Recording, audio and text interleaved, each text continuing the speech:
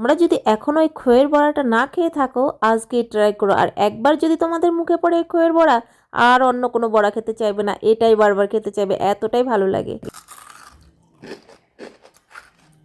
তো সহজ রেসিপিটা চলো তাড়াতাড়ি ঝটপট করে শেয়ার করে দিই। কেউ আসলে চায়ের সঙ্গেও দিতে পারো বা ভাতের সঙ্গেও দারুণ লাগে। এখানে খই নিয়ে নিয়েছি, দেখতেই পাচ্ছ। আমার ঘরে অনেক দিন হলো খইগুলো রয়েছে, কি করব ভাবতে ভাবতে ভাবলাম আমার কর্তা তো কত খইয়ের বড়া করে খাওয়াতো, তাহলে আজকে খইয়ের বড়াটাই করা যাক। কর্তা মানে আমরা কিন্তু ঠাকুমাকে কর্তাই বলি।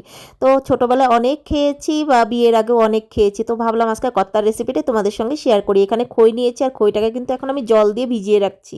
জল দিয়ে ভিজিয়ে রাখার পর খইটা কিন্তু অল্প একটু হয়ে যায়, এটা সবাই জানো। তো জল দিয়ে আমি 2 মিনিটের জন্য এটা কিন্তু ভিজিয়ে রেখে দেবো। এই খইয়ের বড়া যার মুখে একবার পড়বে সে বারবার খেতে চাইবে। 2 মিনিট পর এখন আমি কিন্তু খইয়ের যে জলগুলো আছে ওগুলো কিন্তু ফেলে দেবো। জলগুলো ফেলে দিয়ে কিন্তু তারপরে কিন্তু খইটাকে ভালো করে চটকে নিতে হবে। দিয়ে ভালো করে যদি চটকে নেওয়া যায় তাহলেই কিন্তু একদম সুন্দর মিক্সড হয়ে যাবে। তো দেখো এইভাবে ভালো করে অনেকক্ষণ ভরে একটুখানি চটকে নিলাম, একটু ভালো করে চটকে নিলাম। তো দিয়ে দিলাম কাঁচা লঙ্কা কুচি, এটা কিন্তু নিরামিষ দিনে একদম খেতে পারো। দিয়ে দিলাম এখানে চালের গুঁড়ো, কিছুটা চালের গুঁড়ো দেওয়ার পর দিয়ে দিলাম কিন্তু এখানে হলুদ গুঁড়ো। চালের গুঁড়ো কিন্তু একদম বেশি দেবে না। দিয়ে দিলাম পরিমাণ মতো লঙ্কার গুঁড়ো, একটুখানি কালো জিরে, তারপর দিলাম একটু সামান্য চিনি।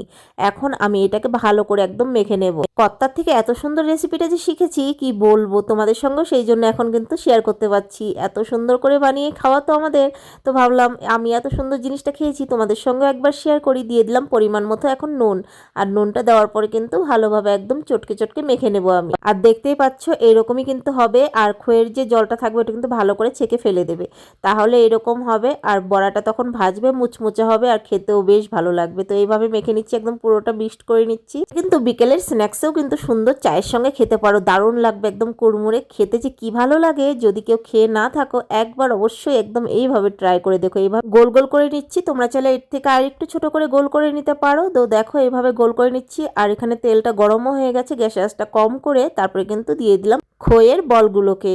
তো গ্যাসের আঁচটা কম করে দেওয়ার কারণ হচ্ছে আস্তে আস্তে হবে আর ভিতরটাও সুন্দর একদম মুচমুচে হয়ে যাবে।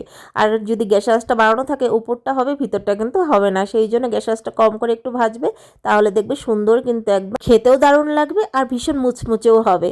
তো দেখো এখন উল্টে পাল্টে লালচে করে আমি কিন্তু ভেজে নেব। তোমাদের আজকের এই রেসিপিটা, স্ন্যাক্স রেসিপিটা কেমন লাগলো কমেন্ট করে অবশ্যই জানিও। কিন্তু একদম সন্ধ্যার স্ন্যাক্সে এই খইয়ের বড়া, তার সঙ্গে একটু যদি দুধ চা থাকে বাস জমে যাবে। আগের দিনে না অত কিছু ছিল, এই যা ছিল সেগুলো দিয়ে যে বানাতো এই জিনিসগুলো তো এখন হারিয়েই গেছে। এখন তো কত নিত্য নতুন জিনিস বের হয়েছে, কিন্তু আগের এই যে জিনিসগুলো, যে সিম্পল সিম্পল জিনিসগুলো খেতে কিন্তু ভারী মজা লাগে। তোমরা যদি এখন এই খইয়ের বড়াটা কেউ ট্রাই না করে থাকো একবার অবশ্যই ট্রাই করে দেখো। একবার যদি মুখে পড়ে বারবার খেতে চাইবে এই খইয়ের বড়া। দুর্দান্ত লাগে দেখতে, যেমন হয়েছে না বলগুলো, খেতেও দারুণ লাগে একদম মুচমুচে।